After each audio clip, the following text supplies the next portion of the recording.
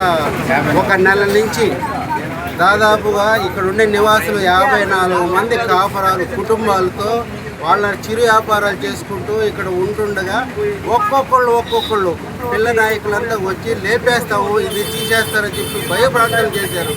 నారాయణ గారు వచ్చి ఇది లేపరు, నిశ్చిందంగా మీరు ఇక్కడే ఉండొచ్చు, కాబట్టి ఆ కాలువ కట్టేది ఏదో మేము అటు సైడ్ నుంచి కట్టుకుంటామని చెప్పి అధికారులకి సలహాలు ఇచ్చి లేపరు అని చెప్పి హామీ ఇచ్చారు.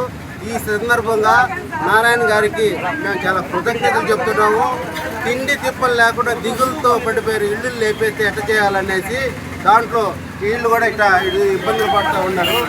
కాబట్టి అందరూ ఇక్కడ ఉండేటటువంటి వాళ్ళే 1972 నుంచి దాదాపు 54 సంవత్సరాల నుంచి ఇక్కడే నివాసం ఉంటూ ఇక్కడే కాపురాలు ఉంటూ ఇక్కడే చిన్న చిన్న వ్యాపారాలు చేసుకుంటుండే నిరుపేదలు వాళ్ళని ఎట్లా కావాలంటే అట్టుగా ఏదైతే గుర్తు తెలియని రాజకీయ నాయకులు బీభత్సంగా భయభ్రాంతులు చేసి తెల్లారికి లేపేస్తాం, జేసీబీలు తెచ్చి పెడతాం అనేసి రకరకాలుగా భయభ్రాంతులు చేసి బిక్కుమంటూ చూడండి, నడవలేని స్థితిలో ఉండేటటువంటి వాళ్ళు కూడా ఎక్కడికి పోవాలో దిక్కు తెలియక ఇది చేస్తున్నప్పుడు ఆపదలో ఉన్న వాళ్ళని ఆదుకునేందుకు మంచి దేవుళ్ళలాగా నారాయణ గారు వచ్చి అందరూ మా సమస్యలు తెలుసుకొని ఇక్కడ ఇళ్ళు ఎక్కడికి లేపరు, మీయే ఉంటాయి, ఎవరు వచ్చినా కూడా నేను చూసుకుంటాను, మీరు లేవకండి అని చెప్పి కాలువకు తగ్గట్టుగా నేను ఆ రోజు 3 అడుగులు అని చెప్పి నేను ప్రెస్ మీట్లోనే చెప్పాను.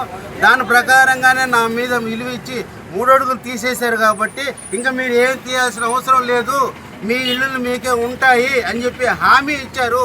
ఈ సందర్భంగా మంత్రి నారాయణ గారు జీవితాంతం ఆయన పిల్లలు ప్రశాంతంగా స్వచ్ఛమైన జీవితాన్ని అనుభవించాలని మాకు భవిష్యత్తునిచ్చినటువంటి మేమందరం ఆయనకు మేము వేడుకుంటున్నాం.